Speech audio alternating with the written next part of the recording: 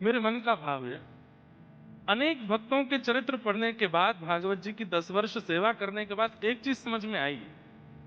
ठाकुर जी से कुछ मांगो चाहे मत मांगो, ठाकुर जी पूरा करें ना करें ये उनकी इच्छा है। पर जिस किसी ने भी ठाकुर जी को संतान रूप में मांगा है ना, ठाकुर जी किसी ना किसी रूप में आते जरूर। कितनों को देखा मैं।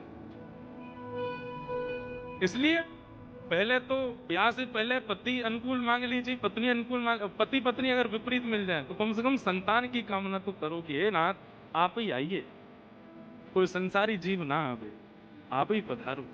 और फिर ठाकुर जी आएंगे तो उसके लिए जैसी पवित्रता होनी चाहिए उसका मान निर्वहन करे। व्यास मंच पर बैठ करके हम कह रहे हैं तो हो सकता है वाणी सत्य हो जाए, ठाकुर जी आएंगे। और ठाकुर जी नहीं आएंगे तो अपने किसी अंश को ही बालक बना करके भेजेंगे। ठाकुर जी से अन्य किसी कामना को करोगे शायद पूरी ना हो, लेकिन संतान की कामना से अगर भगवत भाव मांगा जाए कि हे नाथ अब मैं गृहस्थ आश्रम में आ चुका हूं या आ चुकी हूं, संतान आप ही बन के आइएगा और किसी को। उसके लिए जो मेरा भजन, मेरा साधन, मेरी सेवा, मेरी कथा, मेरी परिक्रमा, अब सब केवल एक चीज के लिए कि आप पधारो।